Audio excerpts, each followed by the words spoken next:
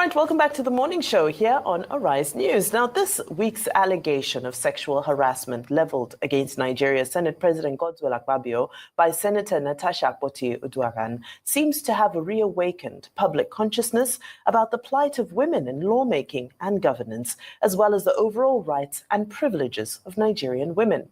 From the impassioned public debate a few years ago about the propriety of injustice in conceding 35% of all elective and appointive positions to women, Nigeria currently boasts of just 4 women on the floor of the Senate and a similarly much scaled-down number of female members of the House of Representatives, going by figures from the last 2 general elections. Many have blamed this situation on a perceived lack of interest on the part of the women to take part in politics, while a different argument is being pushed by those who say the Nigerian political system is rigged against their chances, despite their unmatched profile in most cases across all walks of life. We're now being joined by broadcast journalist and founder, Purple Women's Foundation, Ireti Bakare Yusuf, to have a look at whether women have done enough to seize the moment when provided, and if there's a need to begin to talk about new rules of gender engagement, even as Nigeria continues to fiddle with her nascent democracy. Good morning, and great to have you on the morning show today. Morning, ladies. It's great to be, and I'm glad this is all women. Sorry, Steve. Right? Yes. Great to see. And you are the hero. You were the hero of yesterday. If I may just start with that, because your response, your retort to Senator Ireti Kingigbe, that it's about seats, and she tried to minimize what was clearly about the visibility of women for women at the assembly. That's why where they sit matters, because you've just talked about how there isn't enough women in our democracy, in our political landscape. We talk about this all the time. We talk about the UN Charter. We talk about how Nigeria signed on to it. And then the 4 women that you have, we don't see them. So yes, it's not just a case of seats. It's about visibility. And it is rather unfortunate that we have a senator such as Senator Ireti Kingigbe. It's sad that she bears my name, actually, but that's a whole different story altogether. But it's sad that not only was she incoherent yesterday, but she doesn't understand the importance, the critical importance of being seen as a woman. So, which then takes you on to that whole thing where it's not every woman who should be where they are. She's forgotten that Senator Natasha, what has she had? What, 3, probably 12 years of trying, being abused, being maligned in Kogi, having the road to our constituency dug up by the former Governor Yahaya Bello. She's had threats to her life, yet this woman did not give up. She was determined, she was focused, she was undeterred, and she continued and continued. She persevered until she got there. It is sad that somebody like Senator Ireti Kingigbe, who clearly only just got there like that, doesn't appreciate the struggle of her colleague. But what's even worse, and this is on a personal level, is the infantilization. We do this in Nigeria. We call, they'll call the leaders, he's the father of the nation. Akpabio is the father. Well, no, I know who my father is. I'm sure you know who your father is. The president is my president. He is not my father.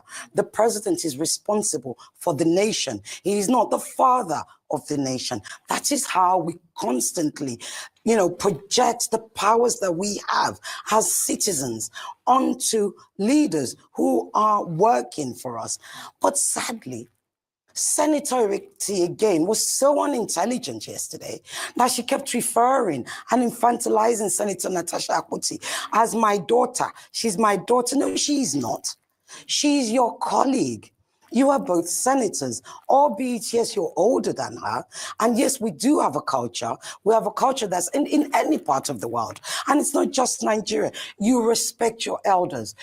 I worked with people. I have managed people who could be my grandfather, right? But they would never did refer to me in an office or in a meeting as their daughter. That would be insane. I'd like to come in there just because of the points that you've made, and really just coming from the reactions that we've seen since that, you know, the accusations were made by Natasha here on Senator Natasha here on Friday.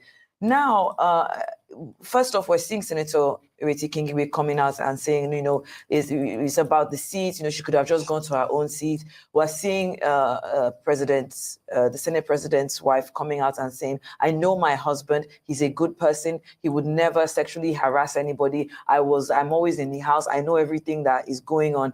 And we also now have the side of persons who are saying that there have also been people who have falsely accused men of sexual harassment, only to find out that it didn't happen, but then the damage has already been done.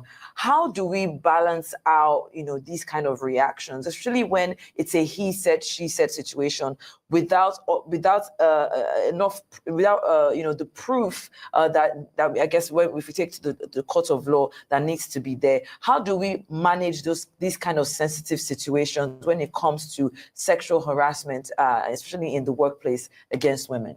Okay, so the first thing you do is, whilst we can acknowledge that human beings lie, literally human beings lie, that is a fact, it's part of the foibles of being mere human. That might be a fact, but tiny, it is a tiny percent that lie about rape, that lie about sexual harassment. Why?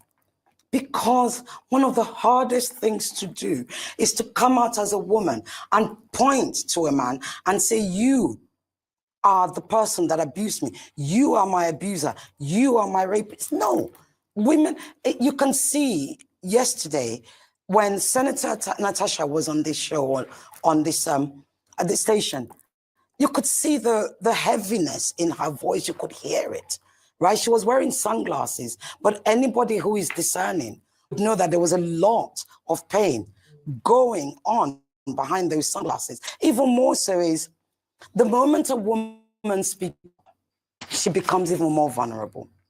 So it's one thing to be vulnerable and be abused and you're dealing with it at home and you cry, oh my God, you cry. But it's another thing when you then come out to the world and you say, this is my vulnerability. This is what has hurt me. This is what this man did to me. So when people say, oh, you know, we hear of lies. Yeah, well, you know, our politicians lie to us all the time. You know, hardly any of them ever go to jail for lying to us. So that's that. Now, going back to your other question about proving sexual harassment, this is also the other thing that I have been trying to educate. I'm tired. A large majority of very, very, very ignorant men, all of yesterday, is that the hardest thing to prove is sexual harassment. Why? Because the power of sexual harassment is the surprise, random, unexpected nature of it. So I didn't come here thinking anybody will sexually harass me. You don't go into your boss's office thinking you're going to be sexually harassed. But then it happens and you're in shock. You don't know what to do. So how do you prove that unless there was a witness, right? So if there's nobody there, well, of course it's he said, she said. This is why it beholds on all of us to actually, when it comes to these sorts of allegations, we are trained to always believe the woman first, not because we are sure they're telling the truth, but because when you say to somebody, I believe you, it's like your child. When you say, I believe you, it then gives you an opportunity to investigate.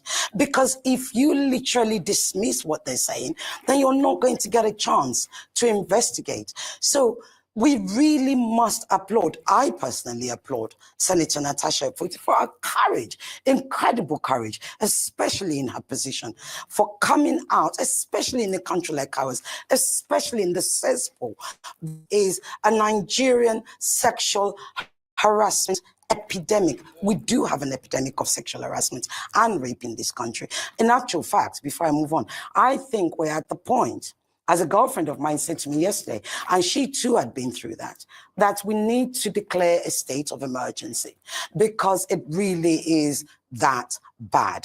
And it takes a woman, a really courageous, intelligent, sharp, determined woman like Senator Natasha, an Amazon, to come out and say, It has happened to me. Think of Weinstein. It took one actress to say, me too. So are we at the point where we're going to say, hashtag Akpabio me too? And Akpabio doesn't necessarily mean Akpabio the person, because he's not the only person that's called Akpabio. But that name, because you have a Senator Natasha who was able to point to say, this boss of mine allegedly did this to me, then Akpabio, the name Akpabio easily can become synonymous with sexual harassment and the declaration of war on sexual harassment. While we're on that, because, you know, one of the biggest talking points at the moment is that, okay, fine, well, we've only heard one side of the story. Correct. What do you want to see happen? What are the next steps that, if I may call it, a sane climb, we would see taking place so that there can be justice, fairness, so this issue can be resolved in the correct manner? Excellent question. Sorry, I didn't finish answering Shaitan's question because she did ask about the wife. Yes. Wives, it's okay to defend your husband if that's what you believe. You know, I understand that. After all, we're all women, right? It's love and all of that stuff. But it is pitiful when you say you are going to sue the accuser of your husband when the accuser didn't accuse you. It is pitiful that while she may have been at the house on that day, and Natasha told us her husband was also at the house, she certainly wasn't in his office when he did it the second time. So what is she going to sue about? What? Stand by your man? I don't know. Anyway, going back to your question again, please ask. Oh yeah, you said, what do we want going forward? What Excellent question. Yeah. What makes sense is investigation. Look, we can't keep having women literally coming out in spite of the abuse they're going to receive, because from yesterday, men, really stupidly ignorant men, had already started going on about Senator Natasha's history. Well, I dare them to ask their mother if their mother doesn't have a history of boyfriends. And why does it matter? Why should we care what a woman's history is? The fact of the matter is, whatever your history is, it does not invalidate that experience that she is claiming at that time, which is why we must investigate. How do we get a really sort of fair and decent and trusted investigation? The Senate president has to stand down. There's no other way, because he cannot preside over a case that's actually where he is the named perpetrator, allegedly, right? He can't. So at this point, we need the Senate president to stand down. At this point, I call, and I know that many Nigerian women actually agree with me, we call on President Bola Tinubu to actually do the needful. They need to advise the Senate President, Senator Godswill Akpabio, to stand down until the investigation is corrected. Because, Mr. President, you have an opportunity to change Nigeria. You're doing a lot of reforms, but this is a reform that's generations old, that should have happened. At this point, sir, we need you to stand up for women. Talk to Mrs. Remi Tinubu, your wife. She will assure you that many women, the chances are, and I don't have the stats here, but you speak to 20, 30 women in a room. 99% of them would have experienced one form of sexual violence or the other at least once in their lives. We're talking about sexual harassment. Sexual harassment is why all the reforms you are doing, Mr. President, is actually not going to get very far.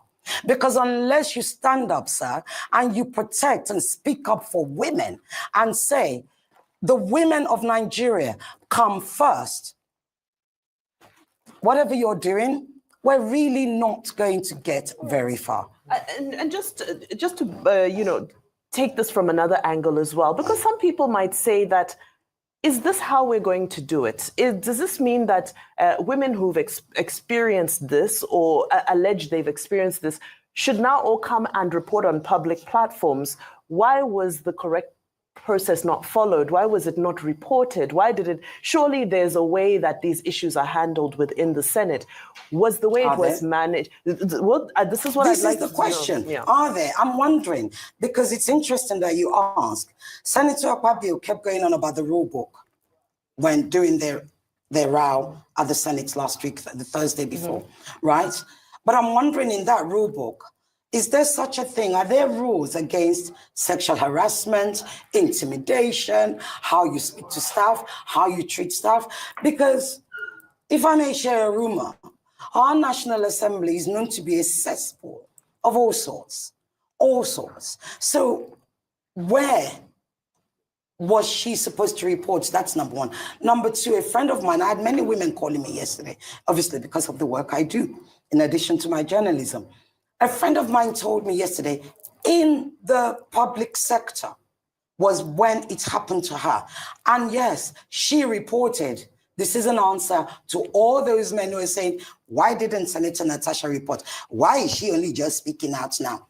Well, my girlfriend reported. She reported to the next in line and the one above them. And you know what they told her? It's impossible. He's a pastor. He couldn't possibly. And they did nothing about it.